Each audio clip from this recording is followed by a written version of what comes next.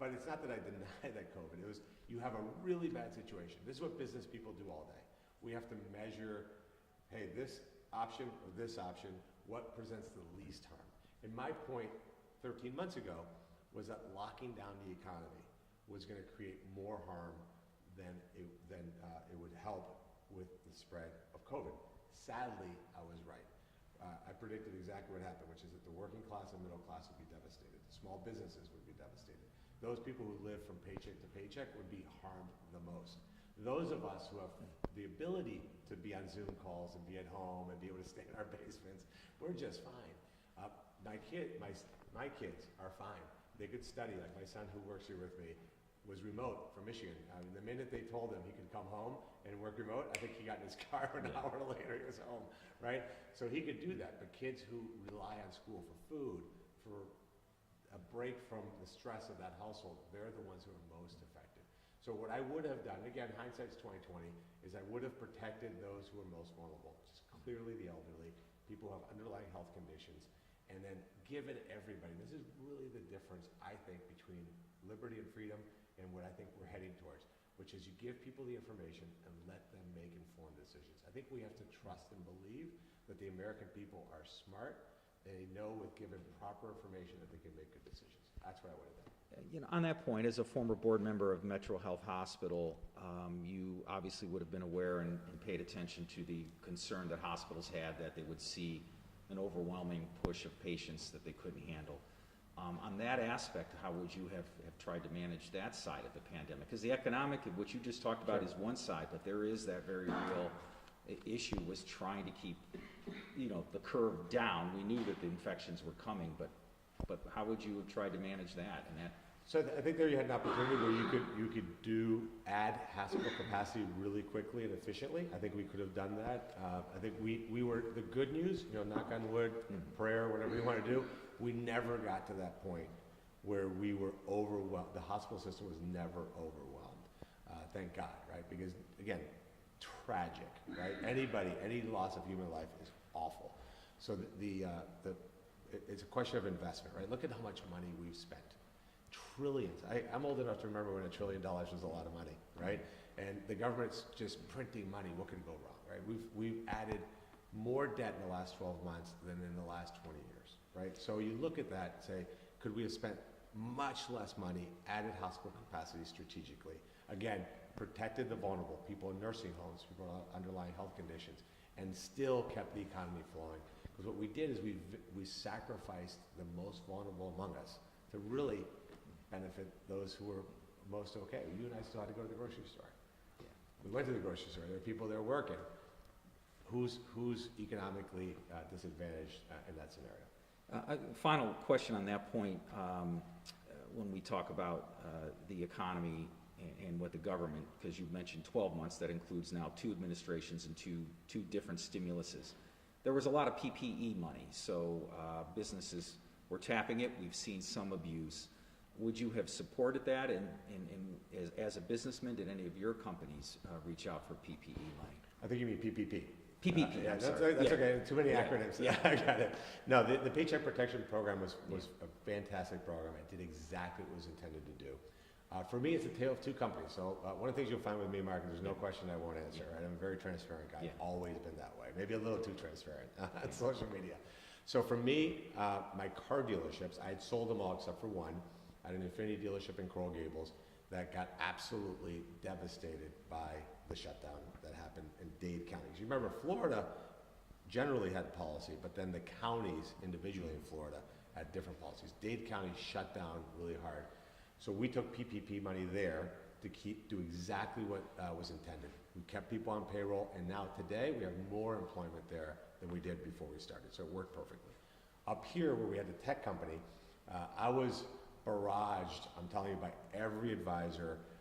We have investors in that tech company, I have a CEO of that tech company, we have employees in that tech company to say, oh, we gotta take this, I kept hearing free money, it's free money, you gotta take it. I absolutely refused to do that because the pandemic did not affect us in the way that program was designed. So We rejected that, which was leaving a lot of money on the table that was there for the offering, but I didn't think morally it was right for us to take that money when you had restaurants and bars that were really devastated that money should be used for. So one business, yes, that it needed it. One business, no, because it didn't need it, even though without a doubt I could have done that. Okay, I appreciate that response. Let's talk about immigration. So something close to your heart as someone who's come here at age 5, as you point out, legally.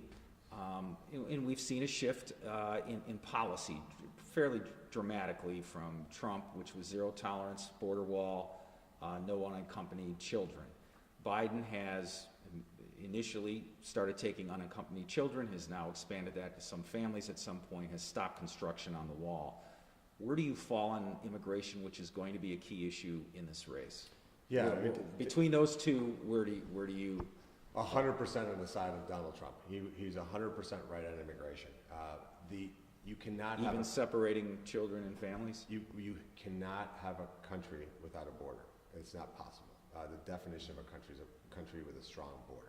In terms of the children, listen, there's things that we lead with our heart, and there's things that we lead with our mind. From our heart's perspective, I grew up in a country, visited still, where you see abject poverty that is nothing compared to the poverty we see here in America. I mean, these are people who, if they were what we would consider poor in the U.S., they would be considered middle class there. I mean, you're talking about just awful. So you empathize with that with people in that situation so much, right? But at the same time, the question becomes: American taxpayers, can we convince American taxpayers that we should solve those problems or solve the problems that we have here? And we have to put America first. As hard as that is to say, it has to happen. When you talk about the issue of children, it's the least compassionate thing you can do is to advertise to families in Central America. By the way, these immigrants don't come from Mexico. That's a complete misunderstanding of the crisis. Anybody who says Mexicans are coming across the border is just totally ill-informed. These are people in Central America, mostly Honduras, El Salvador, Nicaragua, where these countries are a disaster. These people take the walk, literally a walk, from those areas all the way up through in Mexico, where these children are not probably the children of those people taking them. Because what we've done by saying, hey, if you have a minor, we're gonna let you right in. So these people kidnap kids. How is a 3-year-old gonna say that that's not your father, right? And what do you think happens to those kids once that family crosses the border? Do you think they say, oh, well, let's make sure they go to a nice family, an adoption? Awful things happen to them. So we can't incentivize the idea that you bring unaccompanied minors or minors across the border. We have to be harsh about it, because being harsh is the compassionate answer, because that's what prevents these families. You have kids, I have kids. Can you imagine what it would be like to say, take my 5-year-old and my 3-year-old, you saw the 2 girls thrown over the fence. Imagine what that would feel like as a parent to say, take them. Because to them, they think that when they get across the border, it's all sunshine and roses. It's not. It's not. So it's terrible. Like I said, I'm all for legal immigration, obviously. If not for legal immigration, I wouldn't be sitting here just talking. on that point then, if the border crisis were reduced or solved even for a while, if you were in Congress, would you advocate at least increasing the legal immigration for specific work? Because we saw President Trump change some of those policies on who could come in, but do you see room, I guess is my question, to increase legal immigration so people like your family and others, or those with specific trades or skills, can get in? So for sure, number one, we have to have the border solved. Nothing can happen until that happens. I think Donald Trump's 100% right about that, because we've heard this since Reagan, right? So you have to solve the problem at the border. We have to finish the wall. We have to reverse those executive orders of catch and release. We have to have seeking asylum happen at their home countries. All that has to happen. Once that happens, then we can look at what is common sense things to do. So for example, when unemployment was at 3.1%, can we dial up the legal immigration? 100%, right? Especially in low-skilled jobs in other areas. However, right now we have a pandemic that's massively affected our working class. We need to get Americans back to work first before we start thinking about bringing more, especially low-skilled workers, into the U.S. So it's about balancing those two things and making sure that, again, the immigration policy works for America. And again, there we have to lead with our brains. We want to lead with our heart, believe me. It's awful, but you have to have a sane policy around immigration. And I think what I will say is that Republican politicians have done a very, very bad job about talking about immigration in a reasonable way. Because when you talk about immigration in a way that's harmful, what you do is you come across as somebody who doesn't like immigrants, who comes across as could be racist, and that is unfortunate. But one of the things that I hope to bring to this campaign, Mark, is that we realize that we're all Americans. We all want the same thing, and maybe we can argue about the how, but we got to do it in a respectful way that says, I'm a good person, you're a good person, let's figure out how we can agree. I think that's what's missing from a lot of these conversations. Final question, and this is, I don't like litmus test questions, but this is one that I did ask now your opponents in this primary. And I think I know the answer because you've hinted at it, that Trump didn't win. You had hoped he'd win. Do you believe that Biden won fairly in the election? And that's something I've asked Josh, who Sure. says no, and Jane says no. Well, so again, here's what I would say. We need to have election integrity. We need to know the foundation of democracy is that people have to believe that when they go to the ballot, that their vote counts and that the election was done fairly. My country that I came from is right next to a country that had fair elections in which Hugo Chavez got 99.9% of the vote. By the way, the 0.4% were executed the next morning, right? So we have to believe the election's fair. In 2016, there was a lot of people on the left, a lot, that did not believe that Donald Trump was the legitimate president of the United States. In fact, famously, Whoopi Goldberg, right? Not my president, I won't call him Mr. President. That's not healthy. We have to all believe that elections are done in a fair manner. When it comes to the 2020, I'm not dodging the question, when it comes to the 2020 election, there's no doubt in my mind that an unprecedented alliance between big corporations, big tech, changing election rules at the last minute, which just in and of itself cast doubt, right? Just whether it ended up in fraud or not, cast doubt. So was the election fair? There's no question the election was not fair from that perspective at all. Again, you had suppressed information about Biden, suppressed positive information about Trump. It was just. But that is different from, did everybody that vote get their vote counted? Were they legally allowed to cast the vote? And we are in an absence of any evidence that suggests that didn't happen. And I've listened to candidates say, oh, but there's so much out there. We haven't seen it, and I don't mean me. I mean the courts, Sure. the judges, the others. I understand your point. Well, but that's a separate. That's almost a media issue more than an election. But I guess. But that's a big deal, right? Because if you get in a situation where you know what earned media is worth, right? So you have this unprecedented view that one candidate. Look at the big tech companies. What they did, they literally deplatformed the president of the United States. That's crazy, right? So you had that. Now, when it comes to the fraud issue, right, which is what I think you're talking about, you have to have a guiding principle in all elections, which is easy to vote. We can all agree on easy to vote. And Ohio qualifies there. And so in Ohio, I can only speak to Ohio. We did a really good job in Ohio. We had John Husted, when he was Secretary of State, was attacked relentlessly, but it can't be any easier to vote than it is in Ohio. You can vote absentee.